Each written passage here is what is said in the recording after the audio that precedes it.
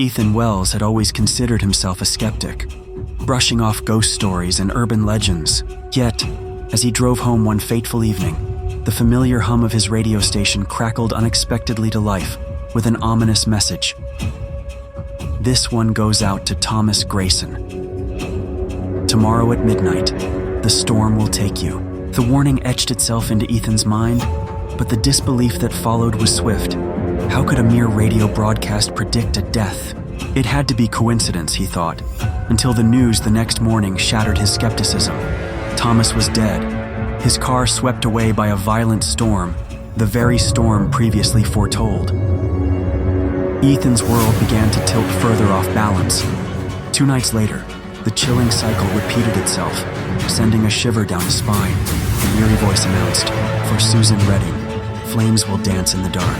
Just as before, disbelief flickered within him, but that flicker extinguished when the headlines broke the next day, detailing Susan's tragic end in a sudden house fire. The weight of realization pressed upon Ethan. This station was more than an omen. It was a harbinger, actively crafting destinies around him. Determined not to stand idly by, Ethan turned into an obsessive investigator, documenting every cryptic message that filled the airwaves. Each name sounded like a death knell ringing in his ears. Michael Torres, steel and speed will collide. Julia Langston, glass will shatter.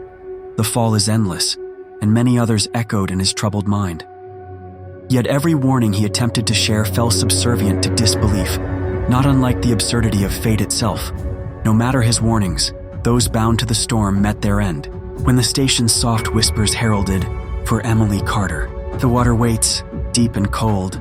Desperation clawed at his throat. He sought Emily, pleading with her to steer clear of water, but the fear that radiated from his voice melded into the flatness of disbelief.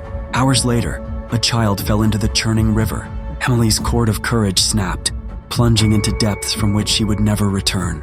Drowned in dread, Ethan swore off the accursed frequency, only for fate to tarry at his door. It called to him with a horrifying familiarity.